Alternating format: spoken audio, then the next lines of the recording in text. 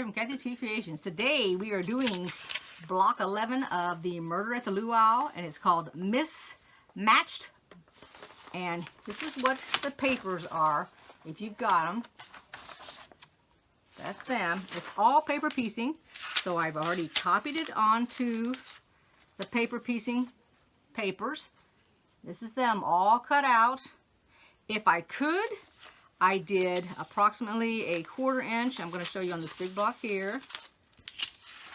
A 1/4 inch from the dashed lines, because that's the outside. If I couldn't, for example, this piece was too close, then I just did a little bit. You do not want to lose your dotted lines. That's the tail end of the fabric, the square, whatever. And then we have our story, which is chapter 11, called Mismatched. And here are all the fabric colors. I'm going to hold them up for you. It's practically every one of the fabrics. Let's see if I can. Oh, just sucked myself. All the fabrics that we're using. It's practically every one of them. I think there's like maybe 1 or 2 that we're not using to make these squares. So what I'm going to do is I'm going to pick one square. And I don't think, if you've been following along, there's none of them that are going to be difficult. All right? So, but I'll do a fairly, like this one here. I'll make this one and show you. Then I'll have them all here and laid out. And then I'm going to do, and now be thinking about who you feel was the murderer. I'm on the other side of the table, and I'm going to show you how to make this one block, and then you can make all the rest. So I've picked a pretty good size one right here. So I've taken out all these colors. So the B1 is this blue color. The A, let's start with the AC1, which is this reddish burgundy type color. And I got them all marked. And then the AC5 is that yellow right there. And then when it comes to this AC9, I'm going to have a problem. Now I have 2 places that it needs to be put. And here's my problem. This is the actual color, but I'm out of that fabric. So I didn't have enough of it. So as a substitute, I'm going to use this green, which has the leaves in it, because I can get by with 1 piece of this, maybe, for this area, but I don't think I've even got a big enough piece. So it looks like I'm going to have to use the green, which is fine. Doesn't make any difference. So here is my little wooden iron tool that I'm going to use. Here is my my 1/4 inch or 1/2 inch, however I'm going to cut it. And then here is my 1/4, which is the ruler that's got the lip on it, which I'll show you how to use when we get to that. I have a roll of tape because I have found that if for some reason I must cut it apart, it weakens the line. For example, if I had to take this out, and I'm going to tell you right now, I did another block that was smaller, and I don't know what happened, but I ended up taking that thing out 4 times. Now, my sewing machine is on 1.4 for the stitch length. So that's going to really eat up this paper. Now, this actually is strong paper. But even if it's your notebook paper, your typing paper, it's still going to wear. So what I did was I took a piece of tape and taped it over the spot on one side, flipped it over, and did the same thing again. And then when I sewed it the next time, I had tape which was reinforcing it, and it stayed put. Okay, so this is just your regular Scotch tape. It is not the tape that when you put it on, you can pull it off the paper. That's a different kind of Scotch tape. Okay, it's also called magic tape, but it comes with the blue instead of the green outer side paper there. And then I've got my seam ripper in case I need to use it on this one. I hope I don't. And then my rotary cutter and another ruler so when I can do the whole entire block. Now, what I do when I cut mine out, and I traced this out and put it on this vellum, and let me get it so I can show you what I'm using. Okay, this is what I use. Simple Foundations Translucent Vellum Paper. It comes 8.5 by 11, just like your regular typing paper, copy printer paper. this is what I always use because I like it better than the copy paper. But this is something new and I have not tried it yet.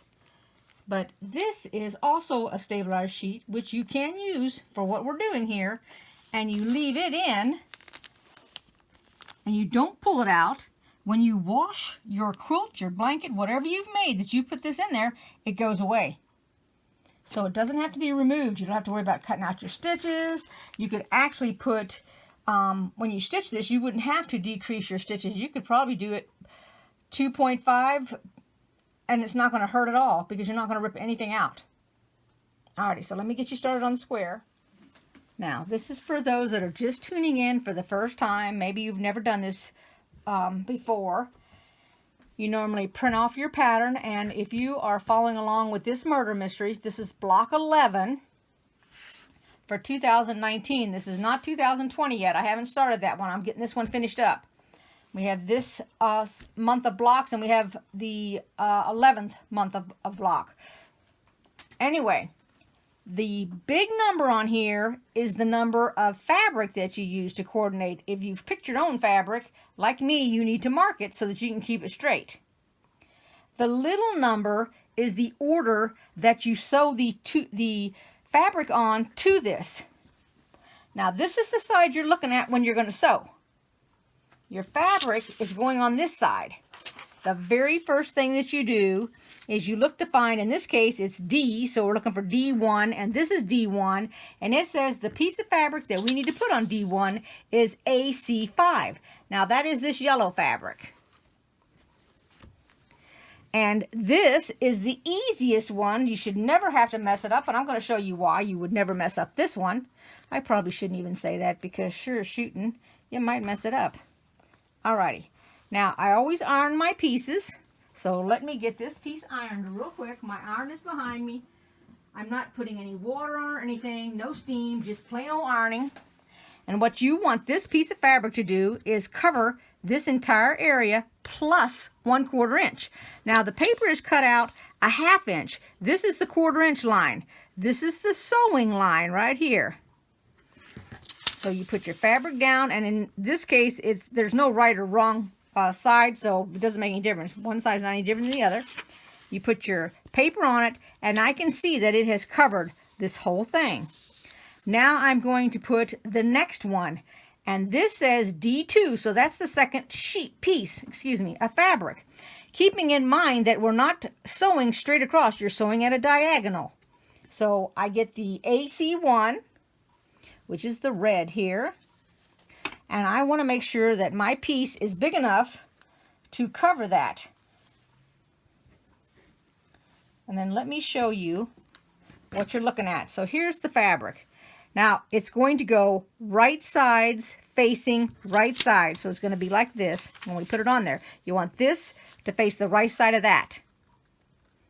Because when we flip it over and we look at it, we turn our fabric like this. And so we want the right sides together.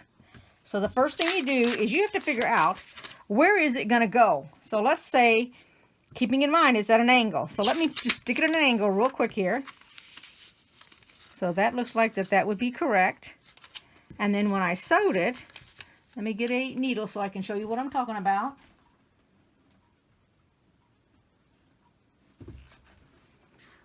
So let's say that we laid it like that. Now that fabric, you want to put it on the right side because you're going to fold it over to the left side. Let's say we put it right there. So we're going to act like we sewed it. We would flip it over, and then we flip this fabric over like this and press it, and then flip it over, and you look at it and you say, oh, wait a minute. It didn't cover all of it. Or did it cover all of it? Let's see here. Because we're going to sew across this. And yes, it will cover all of that. Let's go ahead and make sure, and let's sew it. Let's see if it's a mistake or not. I thought it wouldn't work, but let me check it out real quick. Now, like I said, my stitch is down to 1 point, and in this case, I've got it at 1.4. It can be wherever you want. You just don't want to be doing 2 or 2.5 because the stitch is too big. then I'm using just a neutral thread. I don't have any specific color. If you want to use a specific color, that's fine. You do not need to lock your fabric when you start. I'm just going to go straight down here between line 1 and 2.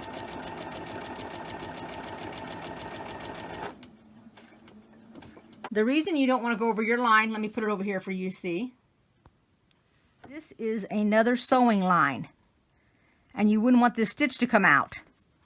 Now what you normally do is you're going to fold this back because we're going to trim it.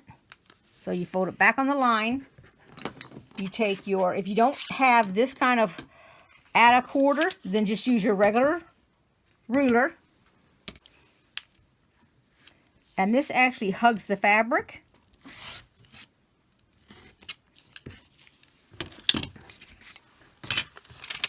And then you lay it back.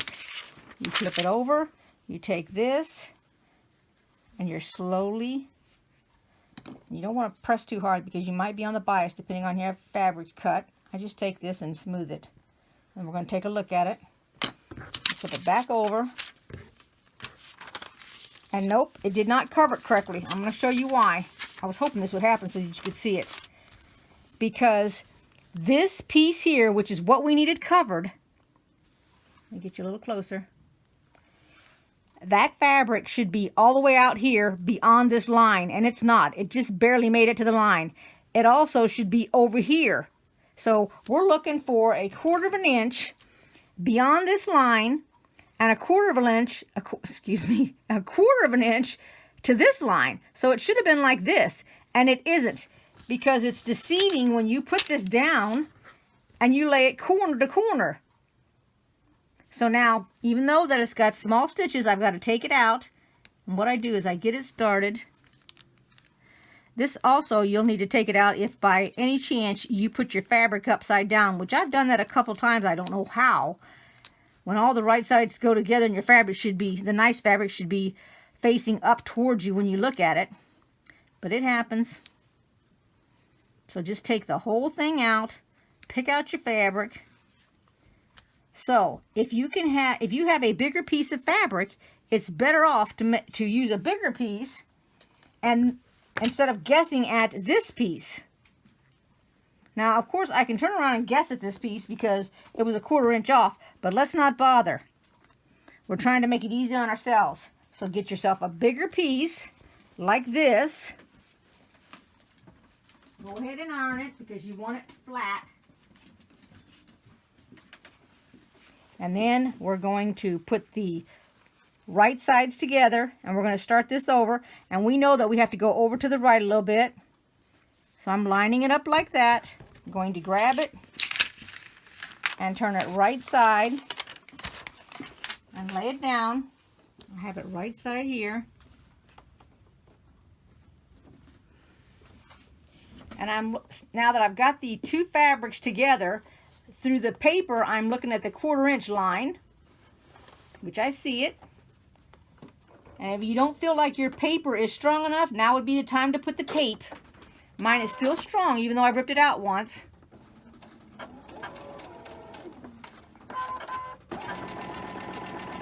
Go to the very end.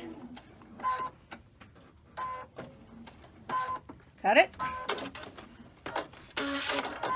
Now we're going to repeat our process. We're going to take it, we're going to flip it over, just like this. I'm going to smooth it out. I'm going to take my little tool here.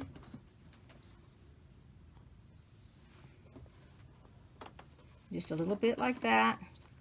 I'm going to flip it upside down, and now I see that it got the whole entire area here. And that's what we're looking at. See how you can see the darkness right here, and here you can see the fabric. So it's here, all the way up in here. The next step is looking for 2 and 3. So here's 2, here's 3. We're going to do the same color on there. So we take it, and then we're going to smooth it out, and we're going to roll back onto the line between 2 and 3. We're going to smooth it out because all of this is excess fabric, and so we're going to remove that. So we're adding our seam with this 1/4 inch ruler, like that. We set this aside, and actually this is the same exact color we're going to use. Fold this back over. The first thing you do is check to see if it will cover that area. Yes, it will cover this entire area. AC1, here, let me read it this way here. So AC1 and AC1 are the same colors. So we have to make sure that when we put this on, that it covers it. And this one goes that way, and it will cover it. You can look, it'll cover it that way. You flip this over, your end is over here. I see that we have a 1/4 inch right there to cover it. You're going to take this, and it's going to face upward. But first flip your paper. This is what you're looking at. Your line is drawn over here. This is the straight line. That's our AC1, if you can see it through the paper. Yeah, you can see it. You take this, and you're going to put it on top, just like that. And then you can take this and flip it over, and you can tell that it covers it now. So I'm going to take it over to the machine, and if you need to pin this, you can pin this.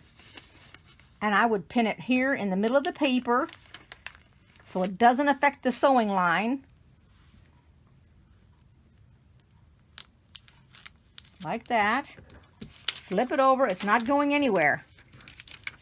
Bring it over to the machine. Let me turn the camera for us. You can either leave the pins on upside down or take them off. It doesn't make any difference. I can take mine off because I can see. I'm just going to literally take the pin and move it from the back side to this side here, like that. I'll do the same thing here. This way I have not disturbed anything.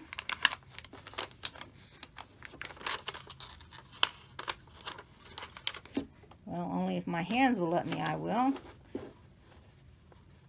And then I'm going to show it to you. You got to be careful because this is on the bias. This strip, I can feel it. Let me bring it over here so you can see it better in the light. You can see the darkness of this fabric. Let me get this pencil over here. Right here, you can see the darkness. See how light this is? And then it got dark because this darker fabric is below that. So you can tell you got a 1/4 inch. Actually, you can even see it's out a little bit right there. So that's correct on there. And now we're going to sew from here all the way down to here, because this is the line 2 to 3. This is all of line 3, the whole entire thing. Not just part of it right here, because the line goes from up here to down there. That's what you're looking at. This only had a little bit of a line between 1 and 2. I hope everybody's following now, this. When you get into the rhythm of doing this, in other words, you start in the morning or whenever you start, after you've done a couple of them, they go a lot faster because you're used to them and you're paying attention to what you're doing. You can't have any kind of distraction going on, because if you do, that's when you're going to have a lot of mess ups.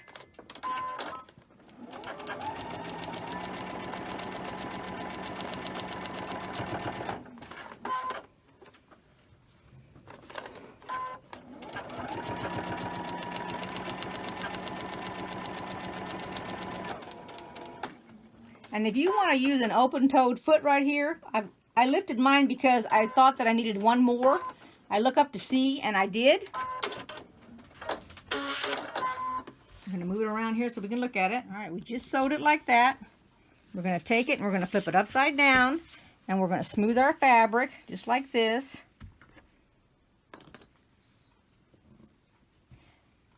Now, I would not suggest going over to the ironing board constantly, because your paper, even if you don't use steam, and you should not use steam since your paper is involved in this, but it will warm up your paper and your paper will begin to curl on you. That's why I use this here. Now we're going to look at the next thing, so we flip it back over. And now it says, let's make it so you can read it here so it's not too confusing. So we've done 1, 2, and 3, and our 4 is up here. So we take it and position it, make sure it's smooth out, and then we roll our paper back to the line that we're going to sew on next, which is right there. Smooth this out, and here's where we're going to add our 1/4 inch. So we're putting our 1/4 inch just like that.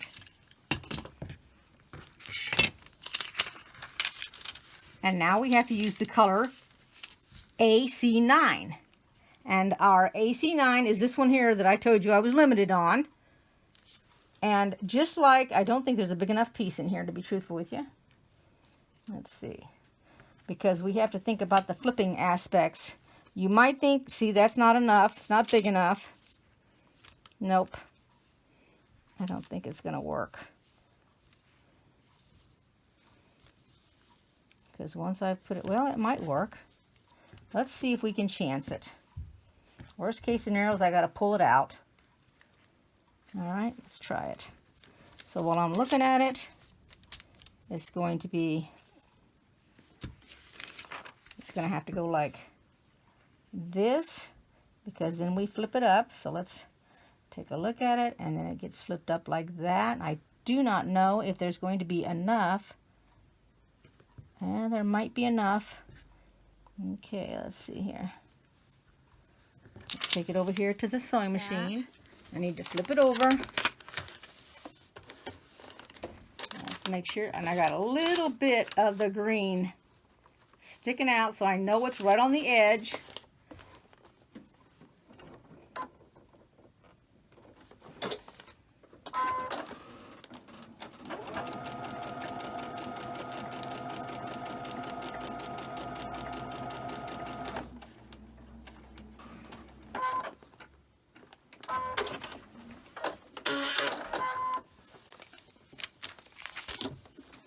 Take it over here, and we're gonna go like that, and then we're gonna flip it on the other side so that we can see, because that looks fine right there, but we want to make sure that it meets that 1/4 inch all the way around it, and it does. Let me put it over here on the table for you. Okay, so here's what you're looking at. There's the number right there, and yes, it's met it, so it's on both sides. It's a 1/4 inch here and a 1/4 inch there, because our next folding line is this one.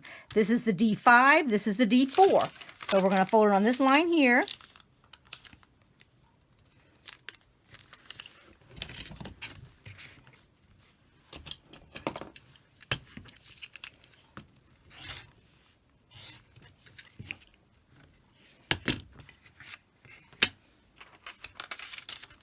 And now we're going to get AC9, which is that exact same color, but like I said, I do not have a big enough piece for that, so I'm going to have to use this. So I'm going to iron it, and I have to make sure it covers it. So I will cut off a section. So I went ahead and I've got this ironed and cut, and it's going to have to go on here. So it's facing upward, because the fabric's facing down towards it, and I'm going to line it up, because here's my sewing line, and when I flip it over, oops, I flipped it too much, it'll be like that, and it'll catch all of that. So yes, it will fit on there. So let me go ahead and line it up, and then I'm going to take it over here really gently and sew it. Hold it like that. Okay, it's still lined up. I can see the right hand off the little fabric here of my color.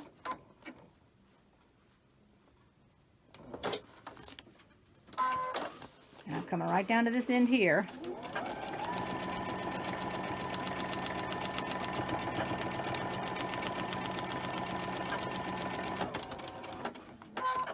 And one more. Now let me smooth it out.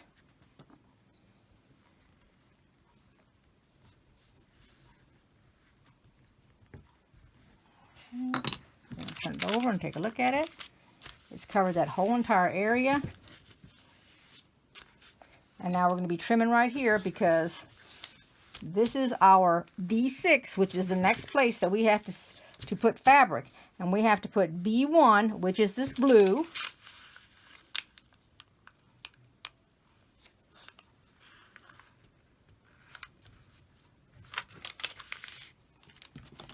So we're going to trim it.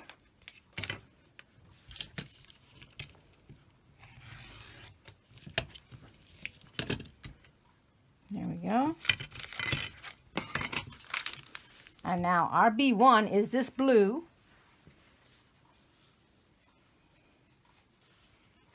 And I'm going to need, I could probably go ahead and use this right here. Let's see. For this piece.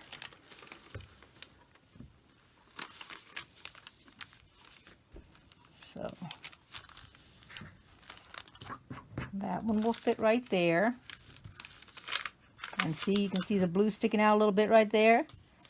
That means I've got enough. So I'm going to take it over here to the machine. All right, now we're going to go down this line here between D and 5 and 6.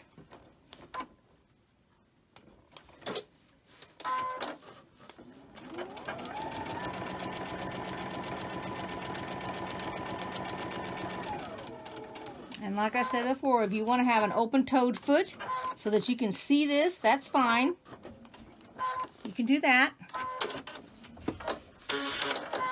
And our last piece is also going to be the BG1, which is the blue. So I will cut a strip of that to fit that length because I have a big old long strip here.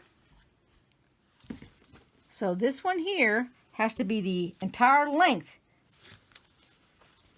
So all you got to do is take it and mark it, and you want the entire length of the block. Cut off the piece. Now we're going to go ahead and we're going to fold our line back so we can do the 1/4 inch and get rid of all this excess bulk.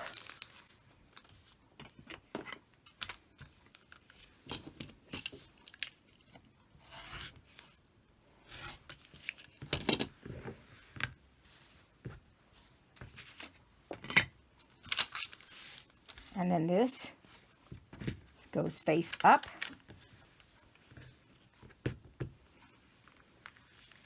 And I take my fabric and lay it down on it. It's going to go at an angle this time. Like that.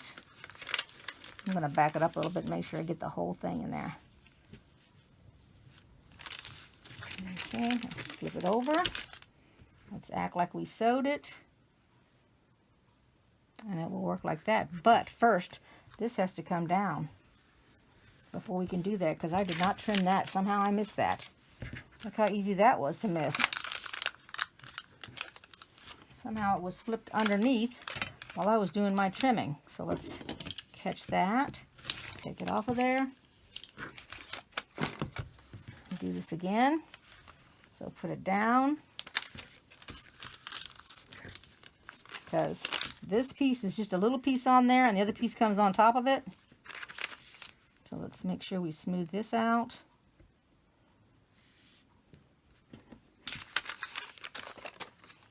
And then we're going to go like this. And it's got plenty of extra. Here's my blue piece there. And we're going to sew this.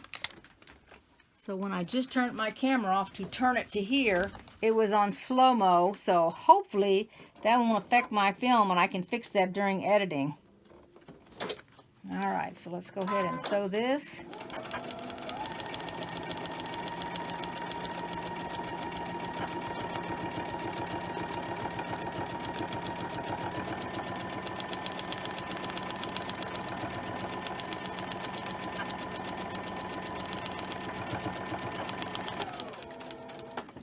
Now we're going to trim our block. First we're going to flip it.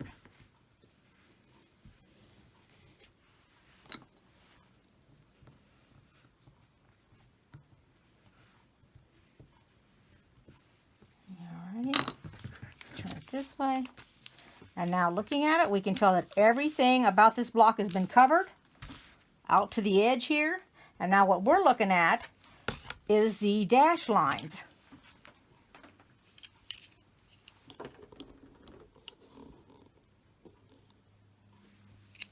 So what I want to do is I want to trim.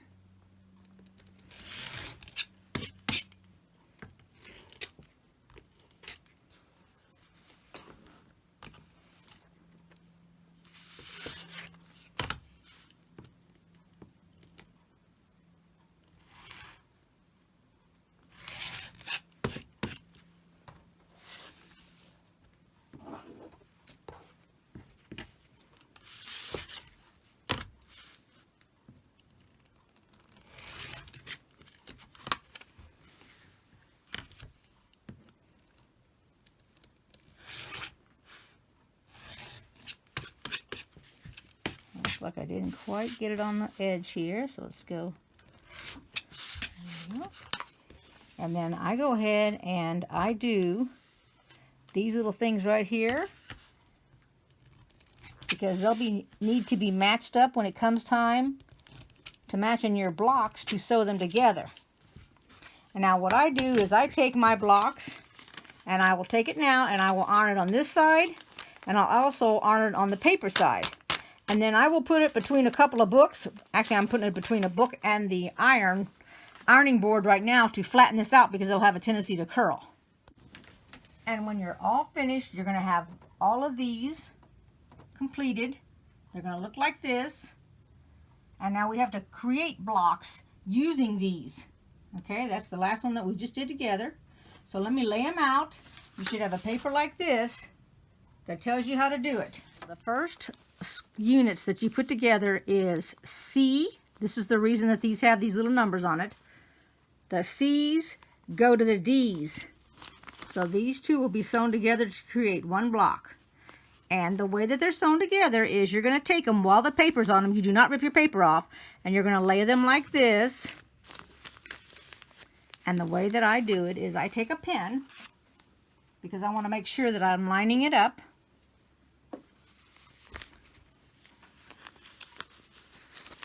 So right here, where that little piece meets, I look on the side of this, and I can see it through this yellow, and it meets right there. And so those two go together, just like this.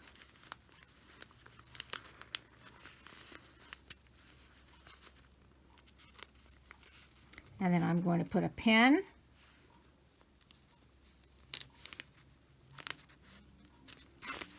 Just like that in the seam. I'm going to go to the other end. I'm going to do the same thing.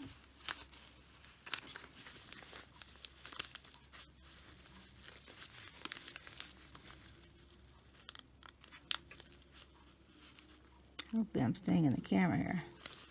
And go down to this end. And now I can't see through it, so I have to kind of pick and choose and figure out where it's at. And 4 ought to be a charm for me stabbing here, but you'd think not. There we go, right there. And then I hold that pin. And then what I'm going to do to make sure that I'm getting it is I will stick it in here and make sure it comes out there and pin it on that, because that's the line. In the meantime, I'm going to go ahead and take this end, this piece here, while I'm still holding it, and pin it. Go down a little further here, and stick my pin in. Make sure it comes out the other side.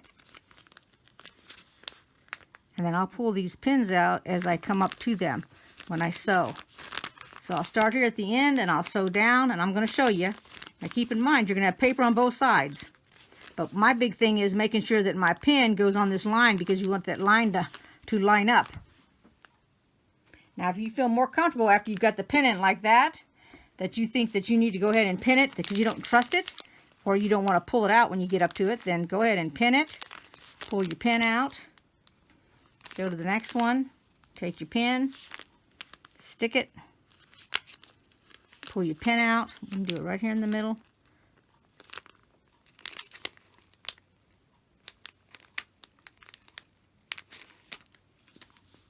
Hold on to it. Pin it. Just like that. And then just sew it. And as you come along, just like anything else, you're going to take the pins out. Now, no, I haven't forgotten the story. I'm going to give it to you here in just a minute. In the meantime, if you... Whoops, I just... for some reason, my thread came unthreaded. Let's see if we can get that threaded. Nope. Needs a little cleaning. It's got too much dust. Says it's too dusty. It's been doing too much today. Let's clean it and see if that'll help any. There we go.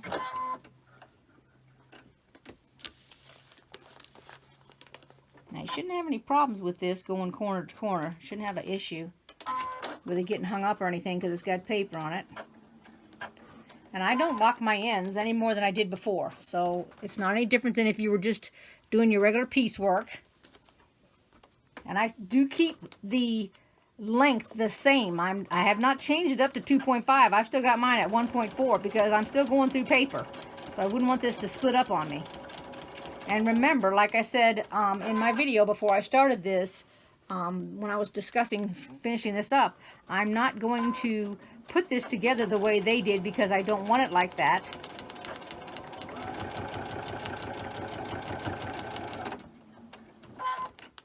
You guys can put this together any way you want. You don't need to make a quilt out of it if you don't want. I mean, you've put a lot of work into it, but that doesn't mean you can't make a table runner out of it or a wall hanging or anything else that you want to do. I think I'm going to end up saving some of these blocks for something else. But I haven't taken a look at it. I want to go ahead and finish the next month before I actually decide on what I'm going to make. I might have to mull over it for a couple of weeks before I actually decide what to do with it.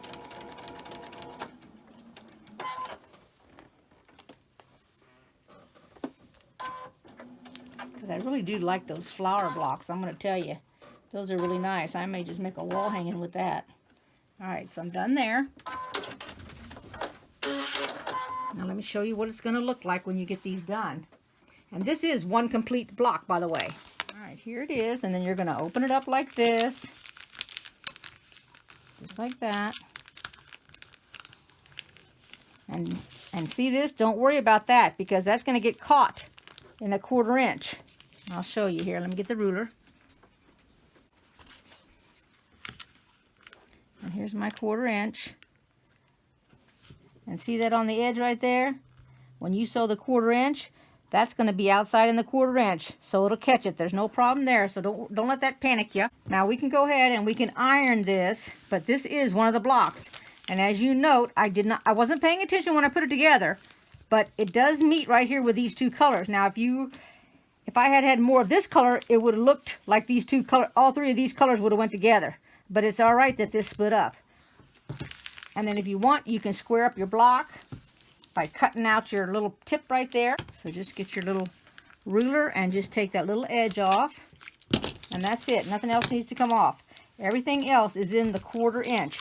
I'll go ahead and I'll iron this flat because like I said, just like when I did those and I put them underneath the book, I did the same thing with these to get them all flat. When all is said and done, you should have all of these blocks.